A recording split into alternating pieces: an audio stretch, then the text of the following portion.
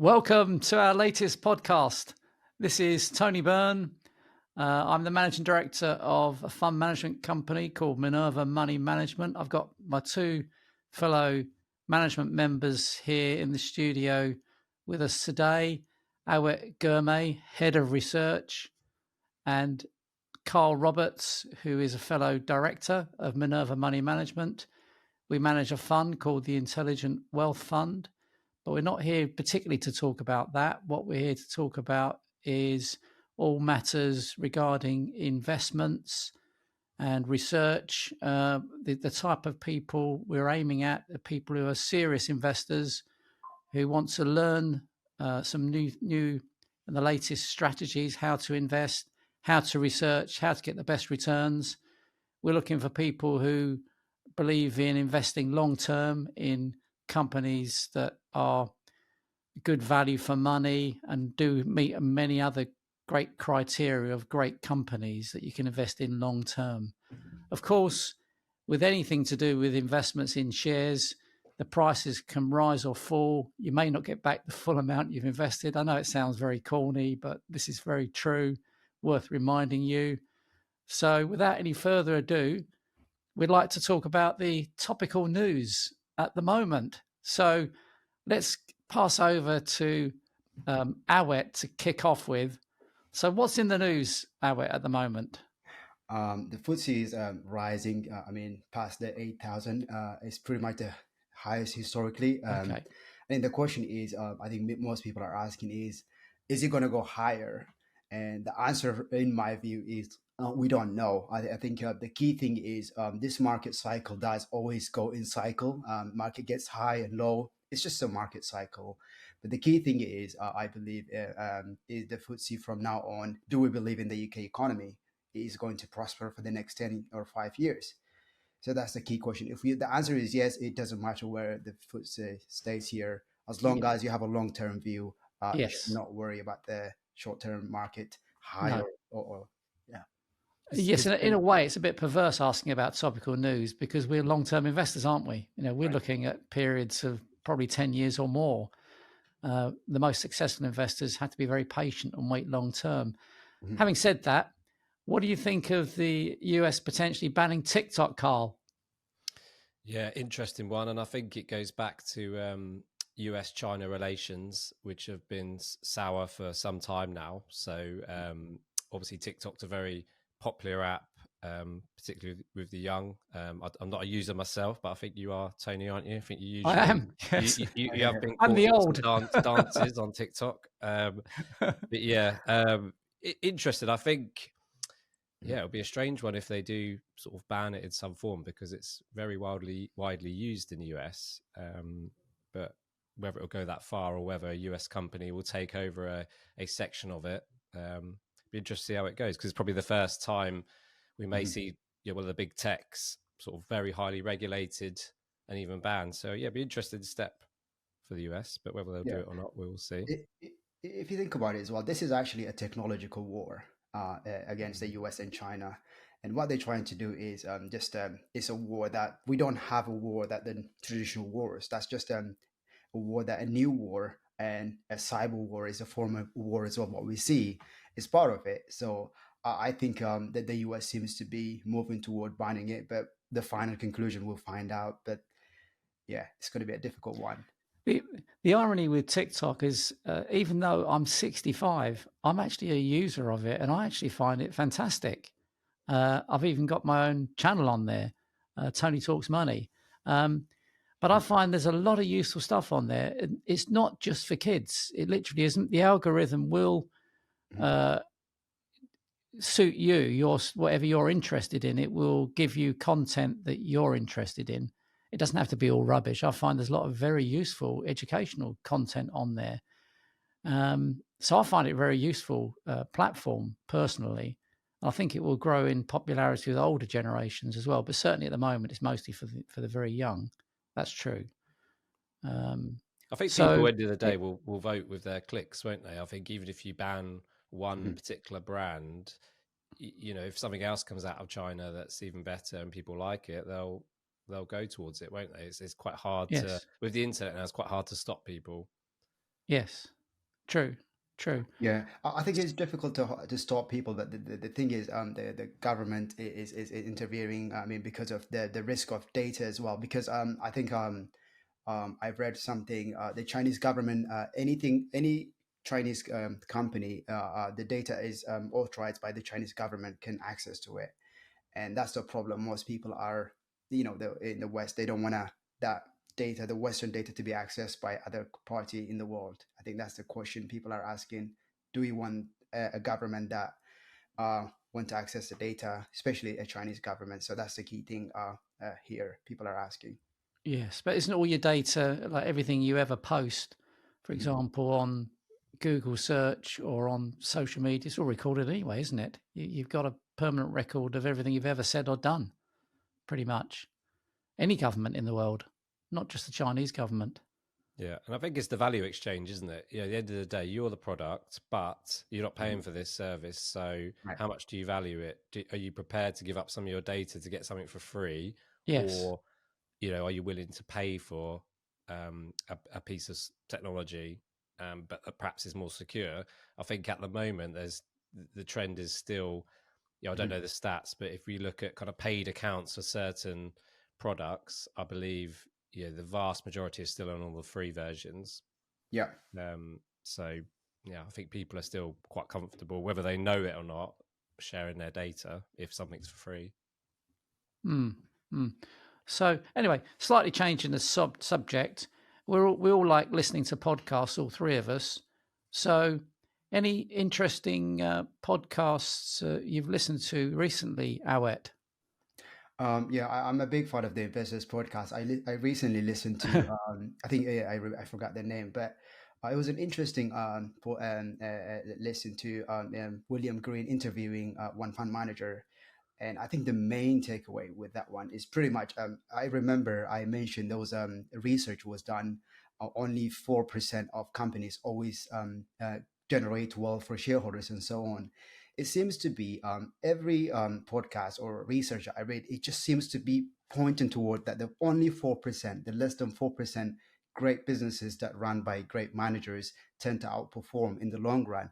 Pretty much my conclusion would be that was his conclusion. He just select high concentrated portfolio and has a long term view and pretty much high conviction, and that's how he invests. And it seems to be like that's the way.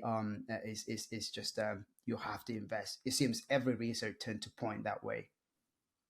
Yeah, that's true. Mhm. What do you think, Carl? What interesting podcasts have you listened to recently?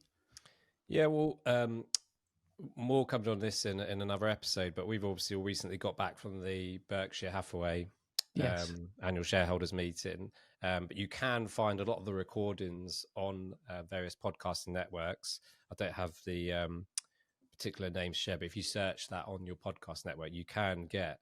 I think they break it down into kind of half an hour episodes, and it goes through pretty much all of Buffett's Q&A sessions, which is probably the most valuable bit of the meeting. Mhm. So that's I recommend that as a listen to anyone who's interested in investing.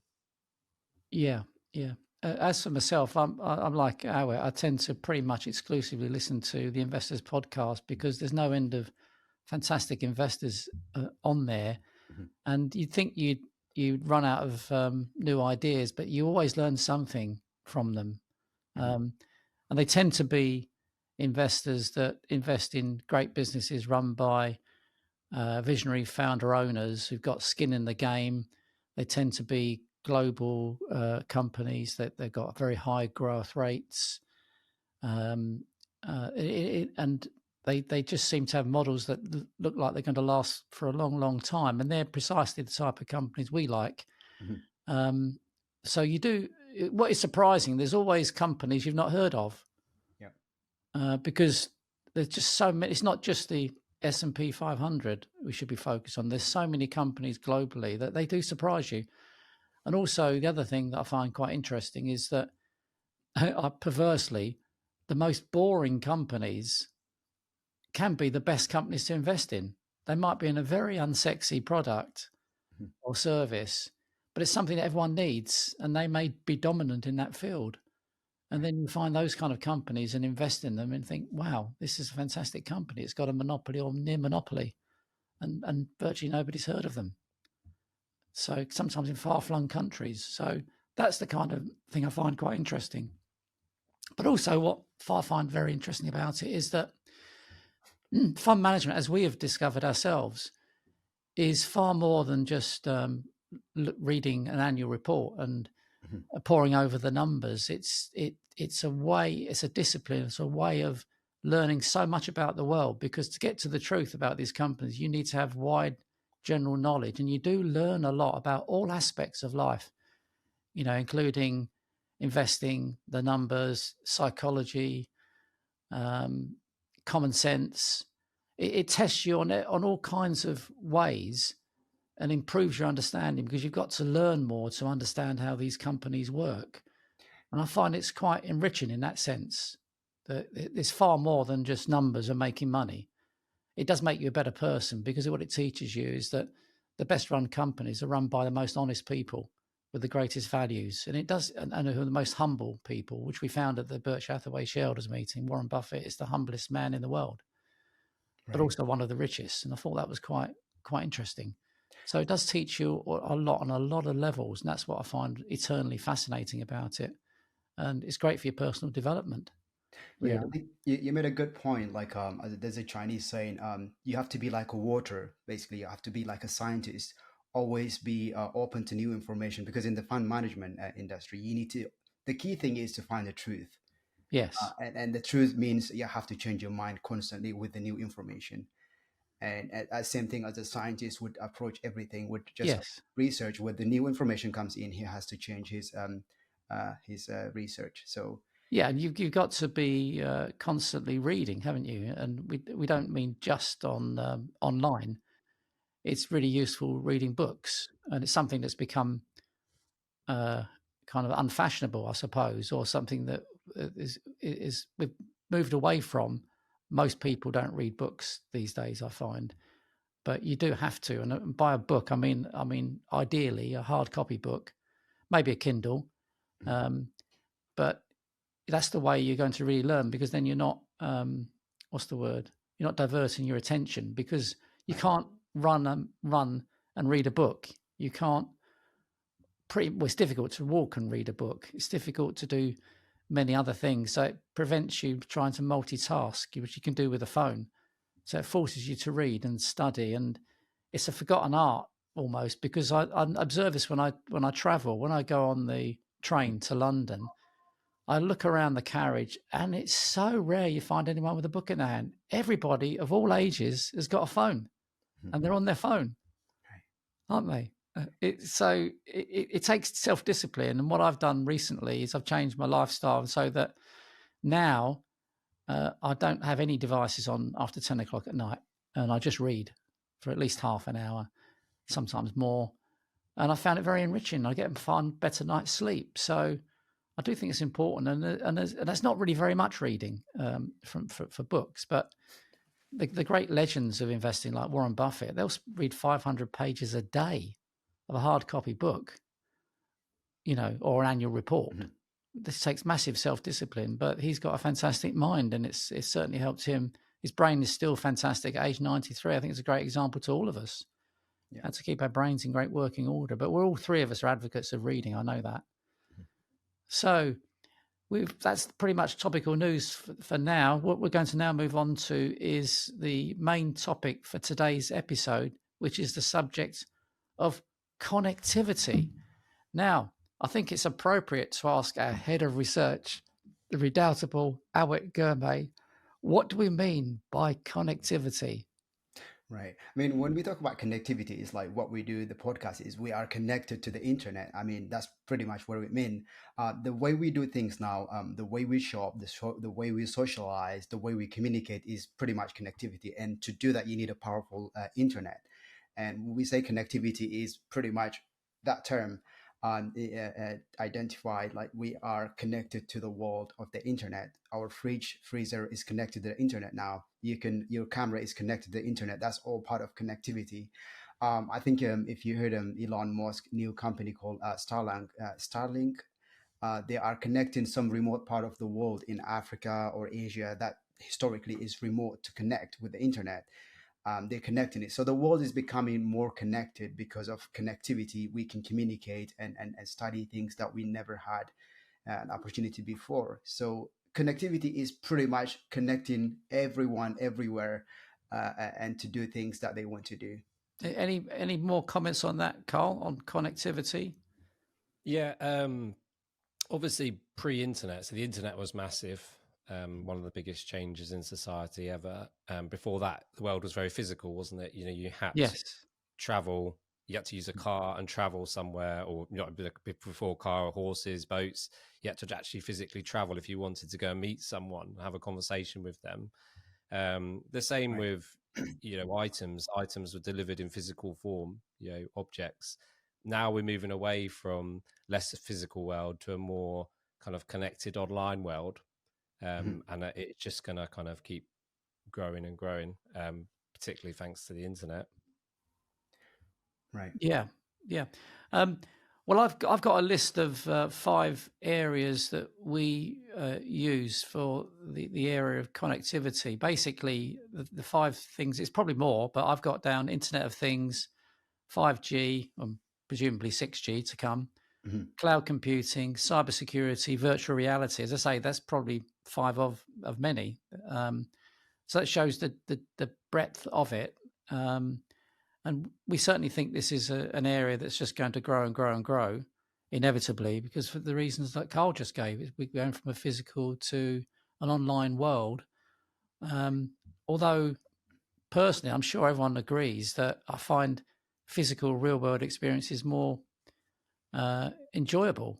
I went to Milton Keynes Dons football stadium yesterday in the physical world to watch my stepson play in the final of a local cup competition. Okay, there wasn't many people there, just about 500 people. It was free to get in after all. Funny enough, 30,000 stadium. But it was far more enriching watching that than watching a game on TV. It's just not the same. Same thing I find with physical meetings. It's far more enjoyable having a meeting with somebody face to face than on a screen. Although obviously this is a digital format here, but we can get some more people this way, can't we? Yeah, and I think that's what they're going to trying to bring in next. That's the idea, is to bring that kind of more physical interaction into the online world. We're starting to see it with sort of virtual reality. Yes. Your avatars online. Speaking of football, Tony, I the other day I saw this video of someone using the new Apple Vision Pro. Don't know if you've seen that with the big, the big goggles. Apple's sort of latest new product that they're hoping to launch. It's a bit odd. You see people walking around the street with these big goggles on, touching the air, because it's overlaying sort of an interface on top of everyday world. But there was this guy watching a football match. I think it might have been a German match. But his goggles, he could see the whole pitch in front of him, and he could sort of select players and then bring up their profile, where they play, teams they've been at, and it even if one of the players scored, it was almost like the player would run up to him and celebrate with him. It was an amazing experience. So I think all of that's to come. Same with if you go on Google, you can kind of visit landmarks now, can't you, via Google? And you can go inside the various historical landmarks and things and actually walk around, the Eiffel Tower without even being there. So I think that is the trend, is to try and get this kind of online world more physical. And it's almost like you're delving into a sort of a portal, but you're still sitting in an armchair, potentially. I've felt for some time, I think there's going to be a backlash against everything going digital, in the sense that I think there's going to be resistance. Although we've got the potential to make virtually everything digital and online and virtual reality, what will happen, I suspect, is there's going to be a lot of resistance to it, because we're dying to have the physical interaction. It's not just what you say and what you look like. Human communication has got far more aspects to it than that. Aspects we don't even know, don't even realize. Like, it can be smell, it can be energy between two people. There's lots. Human beings have been communicating for thousands of years, and it's, as I say, it's not just the words. and what you say. There's far more to it, and I think that's why when you go to, say, a live match like a football match, there's far more to it. You can feel the electricity in the air, literally. So it's a very different feeling. So I think the idea, if you could combine the two, like you said, Carl, physical and digital world, get the best out of both, I think would be very encouraging. Just a simple little example. When I go to a supermarket, I don't want to go to one of those automatic machines.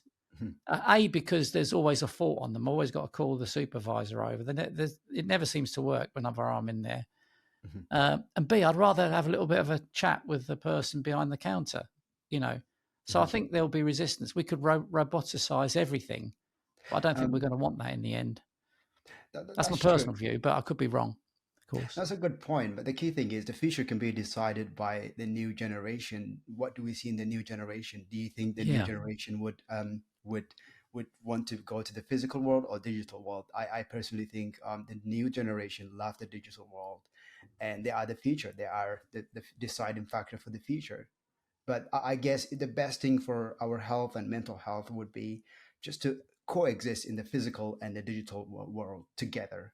So yes, we you don't need a bit of both, don't you? Yeah. Mm-hmm. Yeah. Anything to add to that, Carl? Yeah, I think it's very difficult to say what's going to come. I think we're one of the lucky sort of generations that we've had good experiences of the physical world.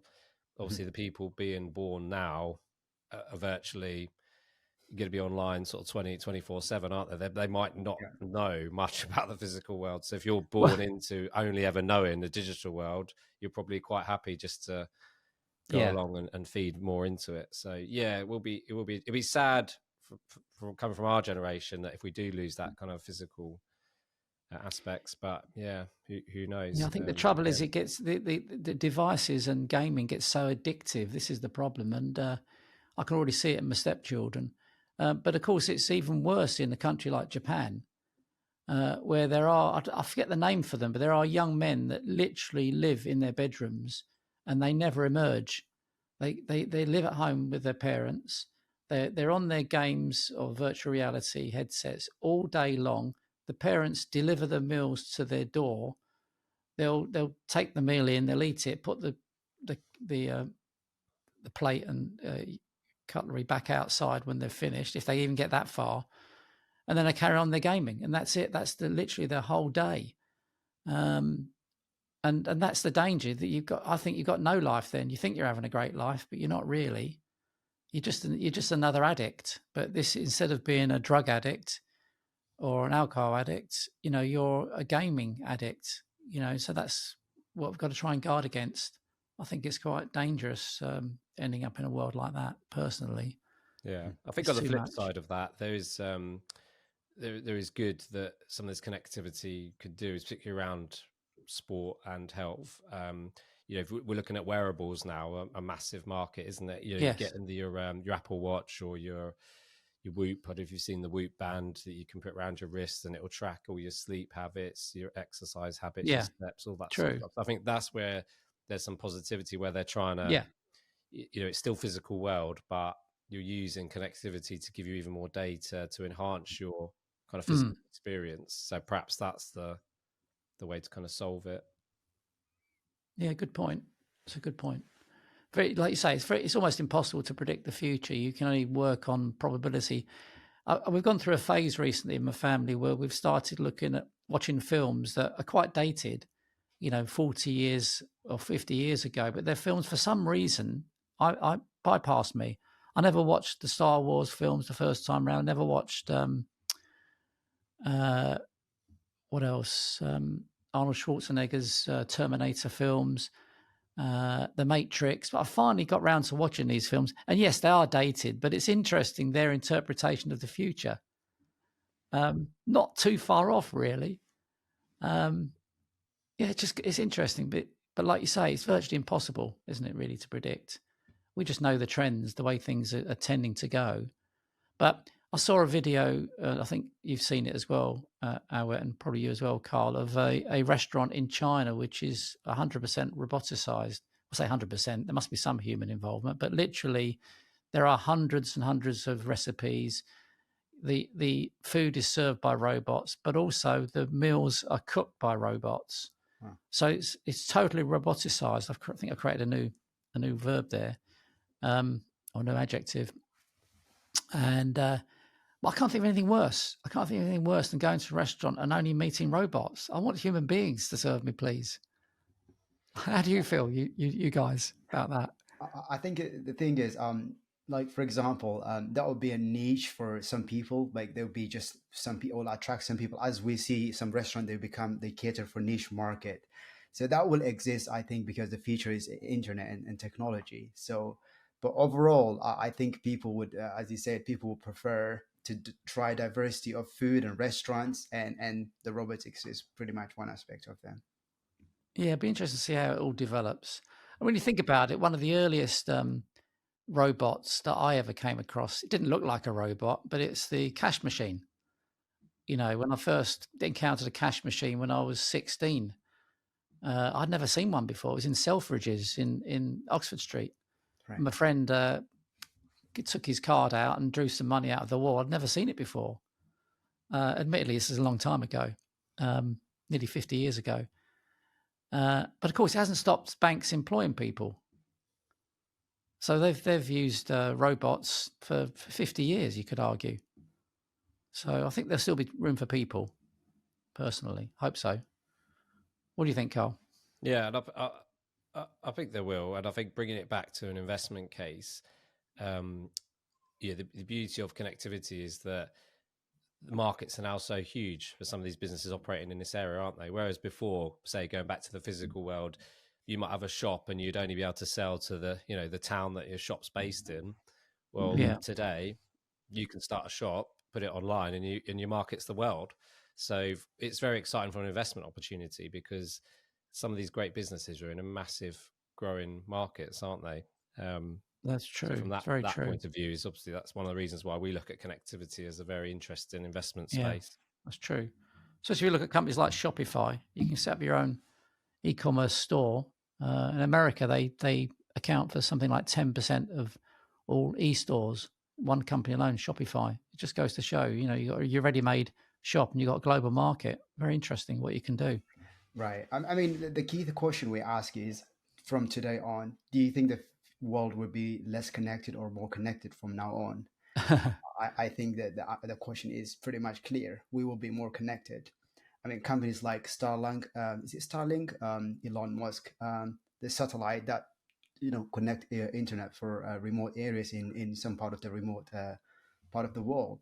So that seems to be the future, and that seems to be the way that we will drive investment. And I think the opportunity, as Carl said, is huge. I can't resist saying this at this stage. You said, are we going to be more or less connected in the future? It's a bit like asking the question, is the Pope a Catholic? Right. We know the answer, don't we? Yeah, it's clear. Great. Okay. Any other companies or investment opportunities in this space you can think of? I'll throw this open to both of you, Carl or Awet, at the moment in the connectivity space, which is a huge space, of course, but those 5 sectors I mentioned within it. I mean, it's huge. I mean, you mentioned cybersecurity. I mean, from cybercrime, for example, the amount of loss that is expected from cybercrime by 2025 is around 14 trillion. And I think I was looking at this research. The main target for cybercrime as well is critical infrastructure. Imagine that while you're doing podcast and someone just hacked the internet or some hack the electricity grid, that will pretty much completely switch off the whole infrastructure, the whole area. So, and the amount of loss in the economy for the disruption, it will be huge. So I think companies are investing in cyberspace significantly, and that's we expect to grow significantly. And when we talk about connectivity, again, I mentioned about remote area connecting the world. It's just going to be huge. So any companies in particular, Awet, that you're thinking of at the moment in this space, cybersecurity space? And so, I mean, we invested in a company called Fortinet. Fortinet, the cybersecurity. But pretty much the whole cybersecurity is growing.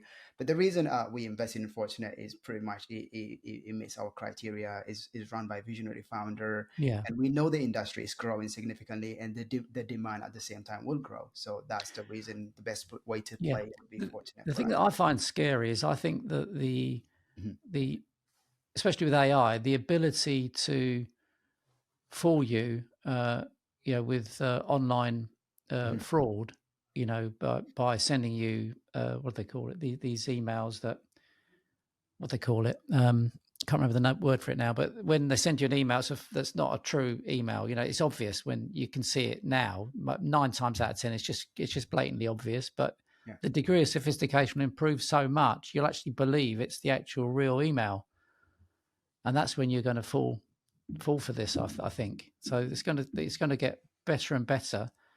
The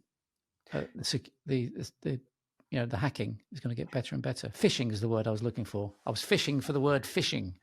Right. I mean, even if you think about this, Tony, the migration to the cloud, it just started. Like companies like Amazon is the biggest player in the cloud space, and then followed by Microsoft and Google. It's Yes. just a big. I mean, there's going to be a lot of migration to the cloud, and that's just like the three companies still beneficiary, even though they are big, significantly big, but they will be a huge beneficiary in the long run from the growth.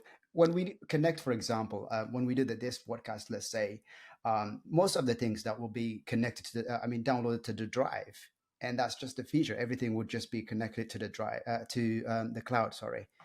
So the cloud Yeah. market is going to grow, and to grow connectivity you need a cloud market, so everything can be Yeah. saved there.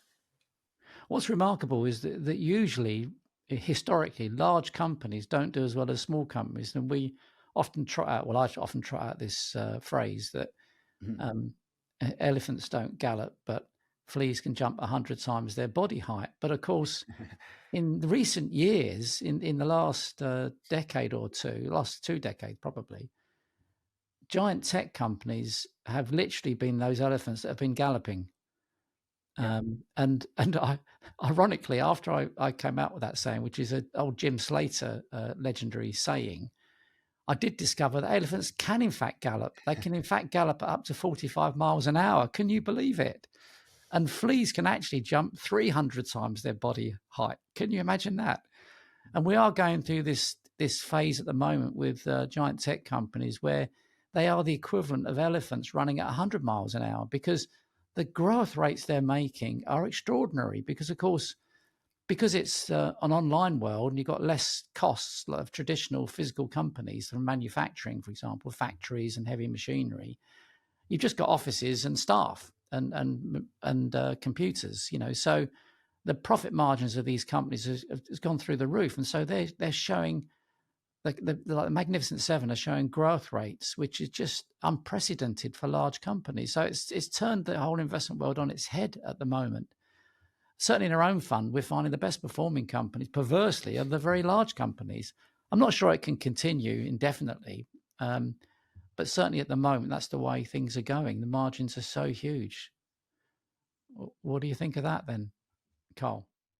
Yeah, it's an interesting one, isn't it? I think definitely something we've not seen before, the power that these big tech firms have. And I think the regulators and governments around the world are starting to see that and are trying to control it in some way. I mean, the fines that some of these big tech firms pay are humongous compared to sort of the banks, but it's not really, it doesn't really impact them because obviously, like you said, the profits are huge. But we are seeing the US quite often get the heads of these Facebook and Google and things into government, don't they, and have question them on what they're doing. So I think they're wary of that. But I think ultimately, I mean, I'm a big believer of just the market. As long as it's free and open, I think people do, they're clever enough to decide. And, I know a lot of people that are quite anti Apple, for example, they'll go out their way to avoid using their products because they don't believe in what they stand for. And I think if big tech, don't behave appropriately, people will move. Will vote. It's hard. It becomes harder and harder because you're so connected into their ecosystem. For example, I'll have the Apple AirPods, I've got the laptop, I've got the phone, I've got the iPad. So to break away from that ecosystem is difficult. True. Yeah. But people are out there will do it if they're not providing a fantastic product and service. So yeah, they've just got True. to. It's very true. They've Yeah. got to keep going, and there will be people out there that. I mean, the problem with monopolies like this, obviously, if you get an upcoming new business that's doing something slightly different, obviously the likes of Apple and Google can just go out and buy them and just amalgamate them into their business. But I think there's people out there that have got such a strong belief that they will say no to the big bucks and will try and continue developing their own software. So we just have to see what the market does. Yeah. You're wishing to say something there, Awet. I can tell. Yeah, I mean, I was saying that's the main reason Warren Buffett invested in Apple. The ecosystem is very strong, and the thing is with the big seven is they benefit from this first mover advantage, where it gives them an advantage to continue innovate while they still embedded in our system in what we use, Yes. for example.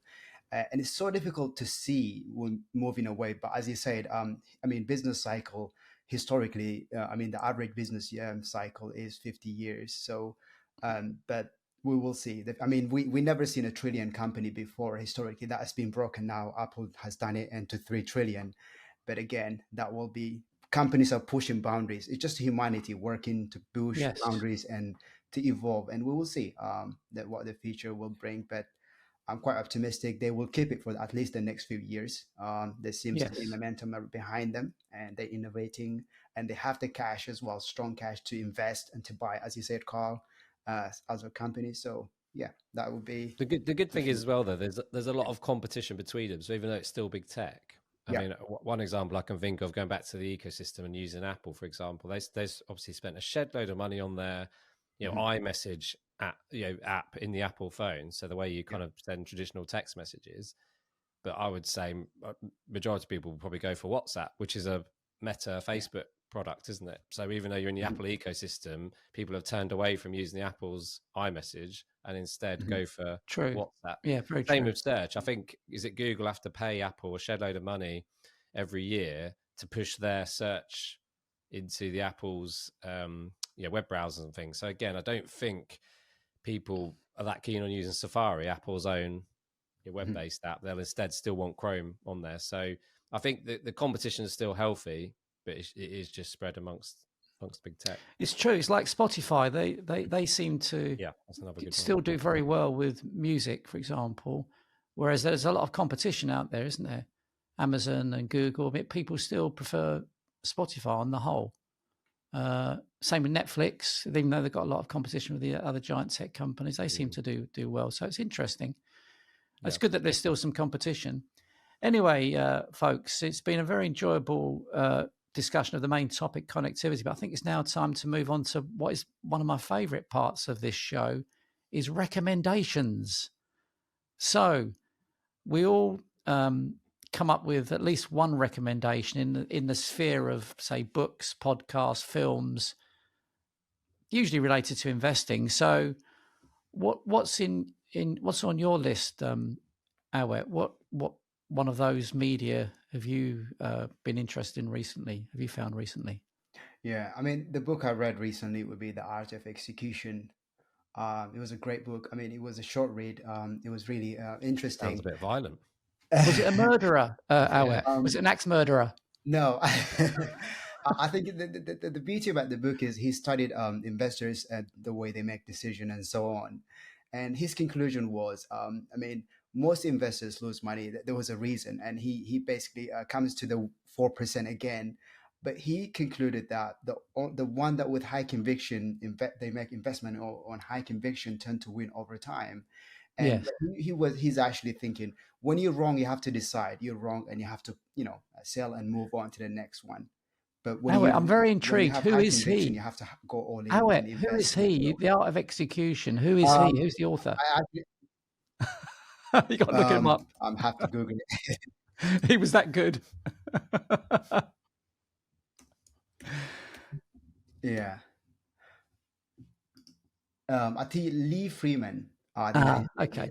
Yeah, it's a great book. I just finished it. I think it was within a few days. It was really not a big book, but the takeaway I think is very interesting in terms of making Yeah. decision in investment, because he argue if you lose 90%, you're more like you need 900% to recover from your losses. So he basically saying cut your losses if you're wrong, move on quickly and move Okay. on. Next one. All right, over to you, Carl. I know you've got very wide interests. What can you recommend from recently Well, from your on Awet's musings? theme of execution, mine is slightly different. Sort of linked back to money. Yeah, it's a Netflix series called Griselda, which is I think been on there for quite a while now.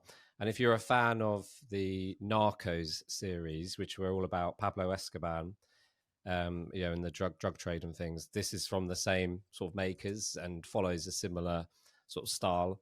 But yeah, I don't know if you know the true story of Griselda Blanco. She came to the US, I think, around the 1970s, with nothing but her sons and I think it was a block of cocaine, which she had to try and sell to get her first sort of bit of money. But it's just a fascinating story of how she basically built an empire. Right. Obviously, there's quite a bit of violence in there, but again, it's a true story and amazing what she did. Being a woman back then in that sort of world, this is talking about the 70s, and yet she was able to create, in very much a man's world, this huge kind of business empire. Obviously, all sort of illegally, but yeah, it's a good story, particularly if you like sort of that type of stuff, Yeah. gripping on Netflix. Yeah, we always like crime, don't we? Like watching crime. And even though it, like you say, it's illegal, I still think you can learn things even from criminals and mafia, because even though there's the illegal aspect to it and the violence and everything else a murder that goes with it, but equally they tend to have be very organized and disciplined and rely on loyalty, etc. So there's also some things you learn from it as well, even though you think you wouldn't. So that's interesting. Personally, I've read a couple of books recently from someone I like very much called Dominic Frisby. He, because he's from my generation, his kind of interests mirror mine, really.